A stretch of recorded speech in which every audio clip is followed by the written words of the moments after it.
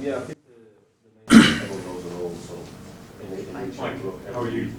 Mike, first and foremost, I suppose, the fact that we have a fully fit squad, Jared looked great in training this morning. How much of a boost has that been to the overall preparation?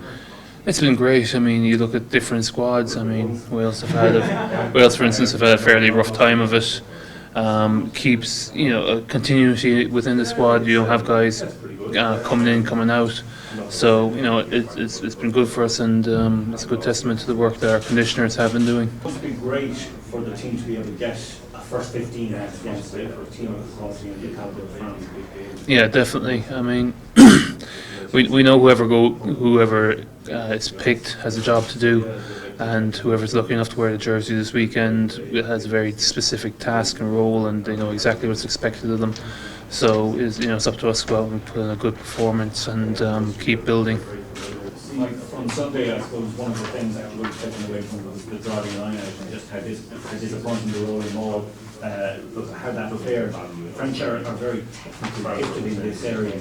I suppose a two-pronged question: what have you done to try and sort out your own drive, and the other is how are you going to defend against it? Well, I think against Italy, we allowed the defenders too much access to our ball carrier, and if they're swimming through the maul, as we call it, and getting onto our ball carrier can make it very difficult to get a good drive going. So we need to tighten up on this week. The French, as you said, they're pretty good at rolling the maul themselves. We're watching them against Canada; they got a couple of tries off of that.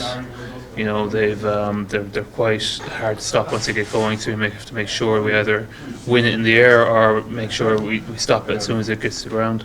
By the way, which gaming sector of French are you better than French team? That's a loaded question.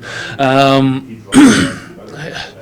know. I mean, it's a cliche, but the French can be fairly unpredictable as to how they're going to play. I think something we've certainly experienced. I mean, the first time we won Six Nations in 2014, I think France chose that day to put on their best performance, and we just squeaked home. They're generally more dangerous at home, but they've been playing pretty well. And we certainly have a high amount of respect for them. I mean, it's not so long ago that Paris is a bit of a graveyard for Irish teams, and we didn't win there for 20 odd years. So that's still in the back of our minds. Mike, I'm sure you've been studying the scrum quite intensely over the last number of days. Have you found a way of cracking the French scrum? Are you confident that you'll be able to get on top of them on this area? Well, what we really want from our scrum is a way, a solid set piece, a good way of delivering a solid, good platform for our backs. It's not all about just driving over and winning the penalty, although that's nice when it happens, but we have to be realistic and realise it's not going to happen every scrum. First and foremost, we want a solid, clean platform, and I think if you look back at our games, we've delivered that for the most part, over the last 2 years or so.